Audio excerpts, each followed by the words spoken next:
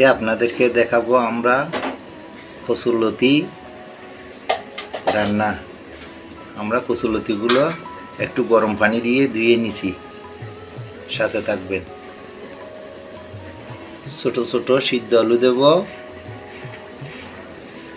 এটা আমরা বলি ফেলন বিচি। ফেলন বিচিগুলো আমরা বাইজে নিছি, বাইজে এভাবে ছেঁচনি দিয়ে ধুইকে নিছি।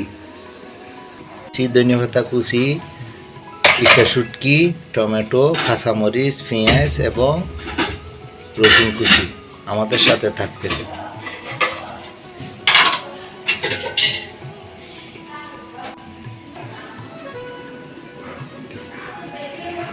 এটা কড়াই বসাই দিলাম, একটু তেল দিয়ে দিলাম, পেঁয়াজ কুচিগুলো দিয়ে দিলাম। এটা একটু লাল লাল করে ভাজিয়ে নিতে হবে। রসুন কুচি দিয়ে দিলাম,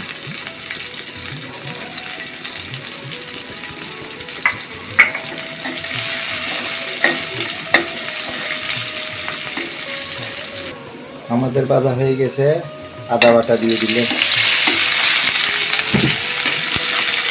টমেটোগুলো দিয়ে দিলাম এবং ইচা শুটকি রান্না কচুরলতি দিয়ে খেলে অনেক স্বাদ লাগে। একটু জল দিয়ে দিলেন,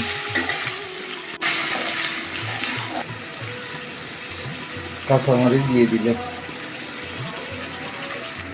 পরিমাণ মতো লবণ দিয়ে দিলেন,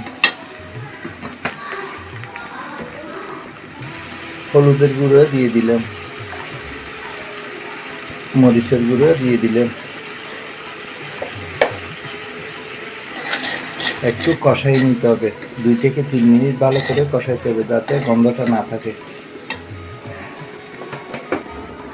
জিরে ধনিয়ার গুঁড়ো দিয়ে দিলাম, ভাজা বিচিগুলো দিয়ে দিলাম,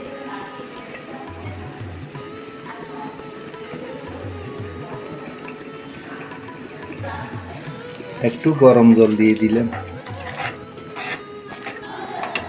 5 থেকে 6 মিনিট সিদ্ধ করতে হবে।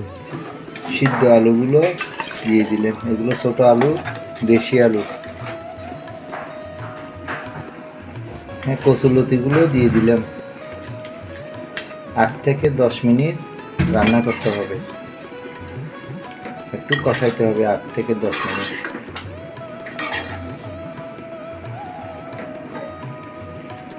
আর একটু গরম জল দিয়ে দিলাম।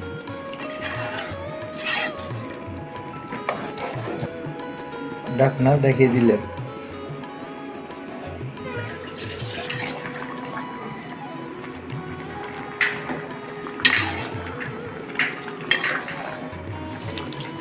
আমাদের হয়ে গেছে, এখন ধনিয়া পাতা দিয়ে দিলাম।